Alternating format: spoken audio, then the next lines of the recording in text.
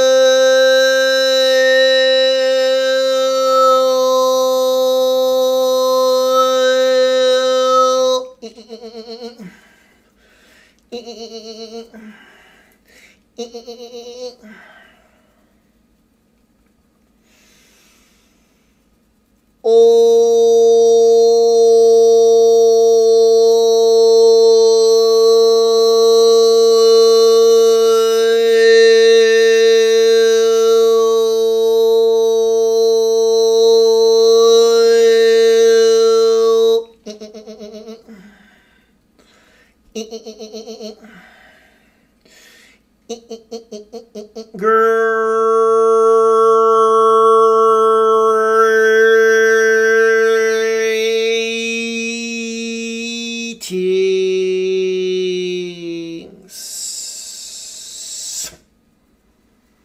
Well, the Arcturian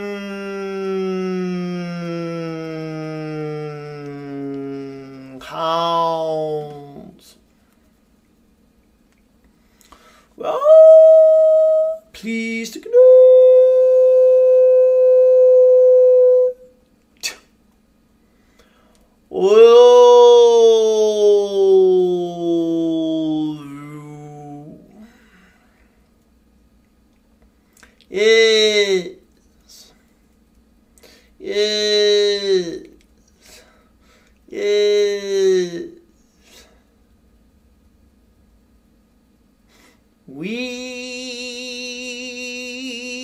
We are ready to welcome in more members of the ground crew there on Earth. We are in a constant state of recruitment, and we will take anyone who wants to create real change on your world and who is willing to start with themselves.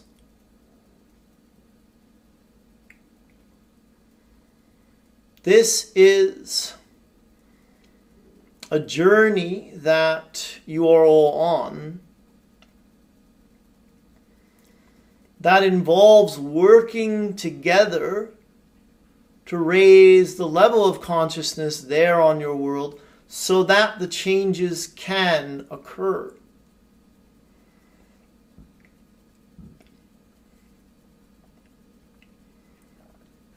We see a lot of people there on your world believing that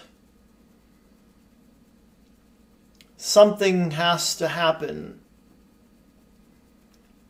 in order for changes to occur. Changes that would be for the better and for the better for all of humankind. People believe that disclosure must happen, that mass arrests must happen, or that the right person must be in the right position of power in order to effect real change. But those people are still believing in a third dimensional paradigm. One that pits good versus evil.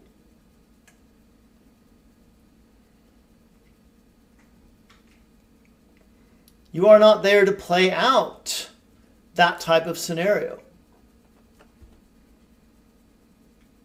You are there to bring about the changes on your world by working together to raise the level of consciousness. Talk about a grassroots movement. That's what your ascension is all about. That's how you're going to free all the people who are enslaved, literally and figuratively.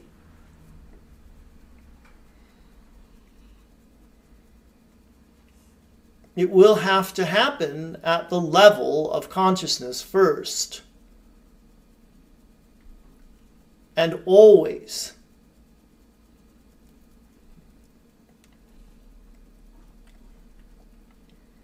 People are waiting around for something to happen, for someone to step in and be the hero for humanity. But you are all the heroes. And you must put your disagreements aside. Disagreements about who is good and who is evil. What is really happening behind the scenes and so on. So that you can come together as a collective and shift the collective consciousness to one of oneness. That's how it will happen, and it will start with you, the one receiving this transmission. Don't let yourselves off the hook that easily. And don't put all of your eggs in any basket that's being woven for your amusement and entertainment.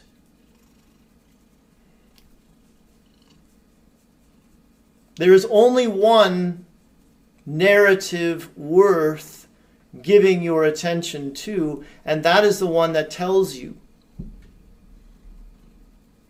that you are the ones creating this reality that you are experiencing right now, and you are the ones who will shift the consciousness of humankind so that you can experience a better reality. A reality where no one is enslaved for any reason.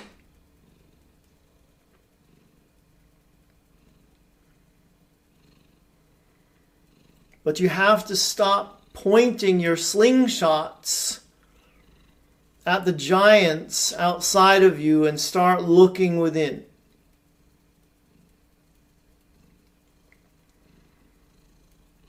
Who can you forgive today? How can you raise your vibration? What are the thoughts you need to release and replace? How can you love yourselves a little bit more?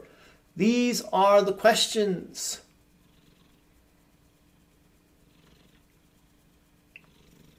That will create the changes within you that then can reflect a better reality outside of you.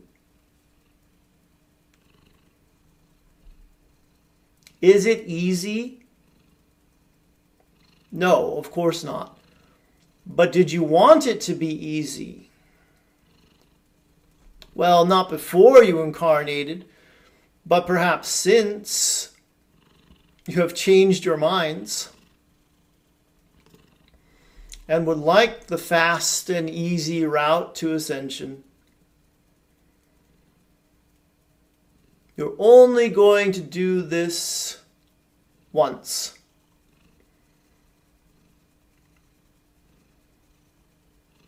And your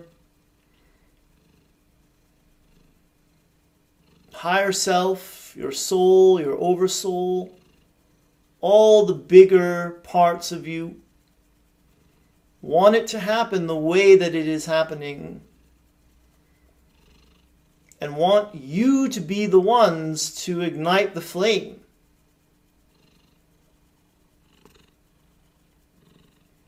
That carries the consciousness of humanity into the fifth dimension. Well, the Arcturian Council, and we have enjoyed connecting with you.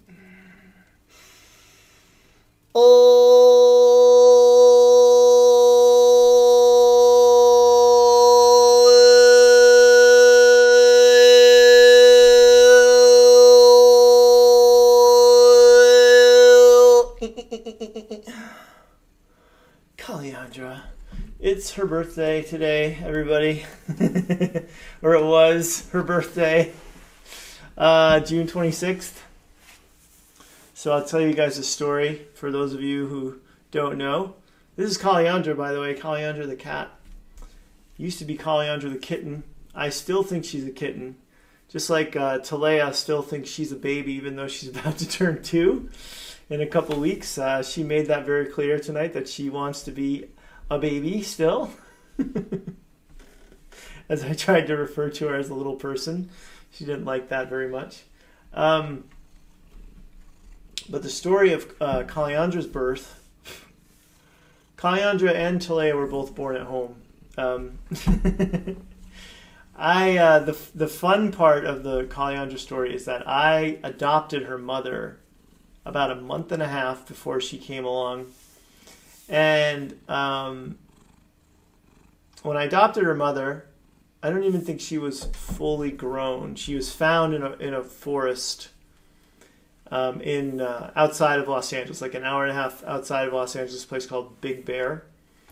And a friend of mine found her out there when she was camping or cabining with her family, and brought her back to Santa Monica and just dropped her off at my apartment because I said to her, she posted on Facebook, said, anybody looking for a cat? I said, yeah, I could use a cat because my cat had passed 3 months prior.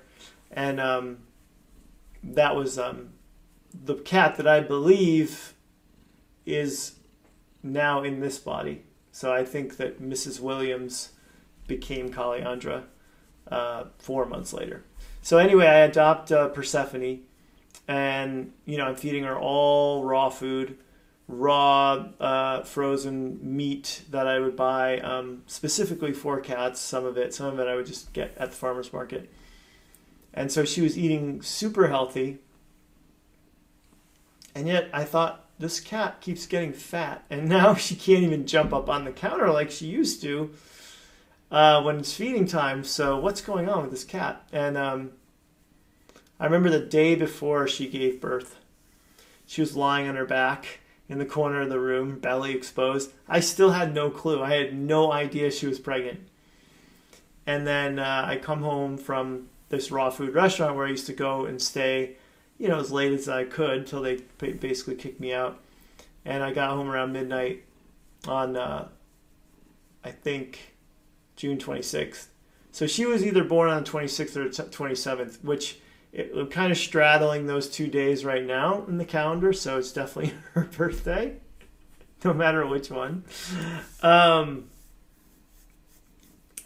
mother, I come home, I'm looking for her mother, right? Because I'm like concerned. It's a 1-bedroom apartment on the 3rd floor in this enormous building. And I thought, did she get out? What's going on? I can't find her. Finally, I look under the couch, and there she is. She's all sprawled out on the under the couch. And I'm like, Persephone, did you poop? because she was in the middle of giving birth to a kitten, and there were already like 2 or 3 kittens under the couch. And when kittens are born, they're like mice. They're so small. And so I had no idea that she was pregnant, that she was going to give birth, until I saw it happening. And I remember, so the kittens, they stay under the couch and they're breastfeeding and hanging out in a big pile of kittens under there. They just like pig pile on each other for weeks. I don't even remember how many weeks they were under the couch for. And then they start coming out, right? And as soon as I saw this one's face, I said, oh, I've got to keep that one. Because I knew I wasn't going to keep 6 kittens plus their mom. So I decided I'd keep 2. And Kalyandra was the chosen one that I made. Nuka, our other beloved kitten here, who's totally different looking than Kalyandra. She's black and white. Nuka just happened to not get adopted by anyone who came to adopt kittens from my apartment. So Nuka was by default, and I'm so happy that Nuka was the other one that stayed, because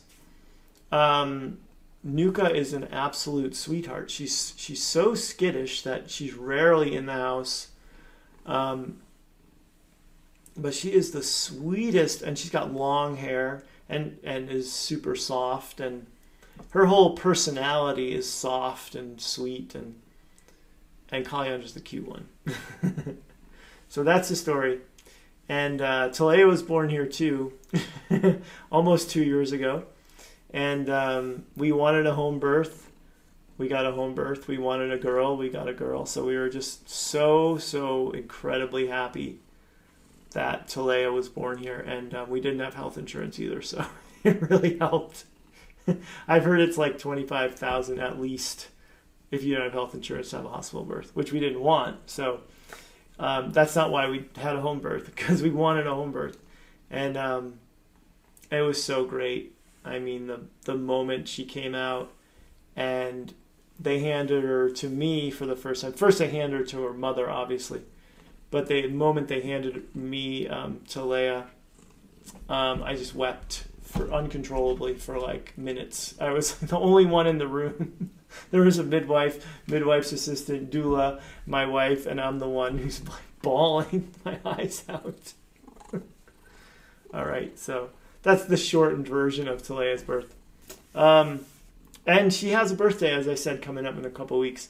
And we do have a gift registry still on Amazon, so if you're interested in getting her some clothes or books or something, there's a link on YouTube in the description. Also, I'm running a 50% off sale.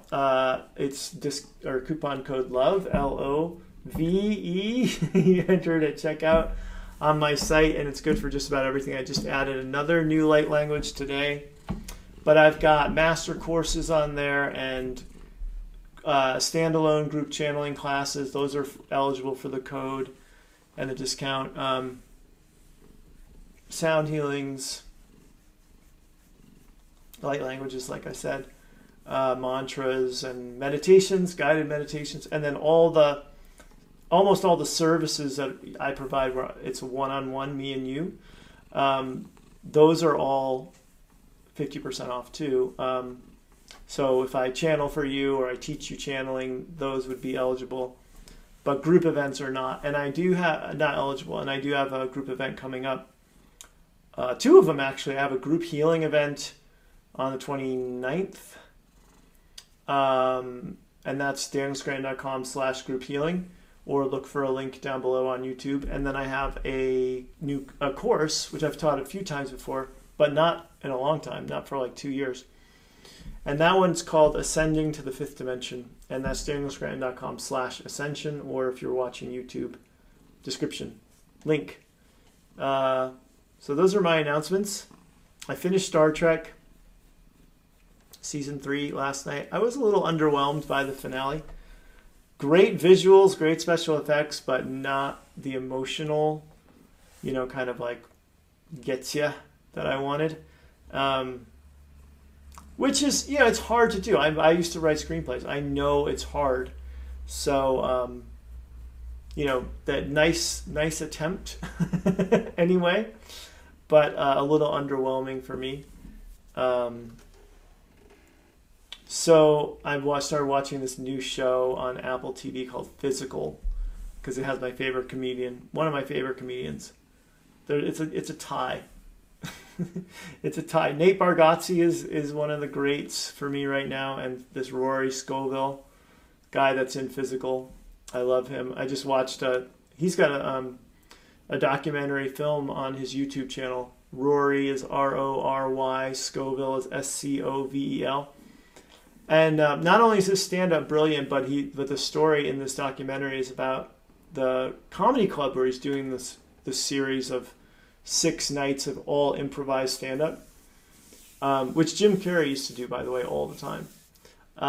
And it's like the story of the club and the club owners talking about the Herculean efforts this guy went to get the club open, to get a liquor license, to keep it open. It's amazing. And many people, you might not know this, but Zach Galifianakis used to be a stand-up. And apparently, according to the last interview I heard with him, he still does stand-up somewhere. But his special on Netflix, Live at the Purple Onion, I've seen it like 5 or 6 times. It's so brilliant. Anyway, that's that. You want to turn around and see the people? You want to let them see your face? Just for a second, okay? I know you don't like being picked up, but just for a sec. Just for a sec. Come on. It's not that bad. Okay. Maybe it is that bad for you. Sorry, Kalyandra. I could have picked her up by the scruff, but I don't think she would have. I think she looked a little lifeless if I had done that. Anyway, namaste, everybody. Blessings to you and yours. I love you guys. Thanks for watching. Please subscribe if you're watching on the YouTube. And everywhere else, I'll just be back doing this again tomorrow, the next day, the day after that. So, see you then. Bye for now.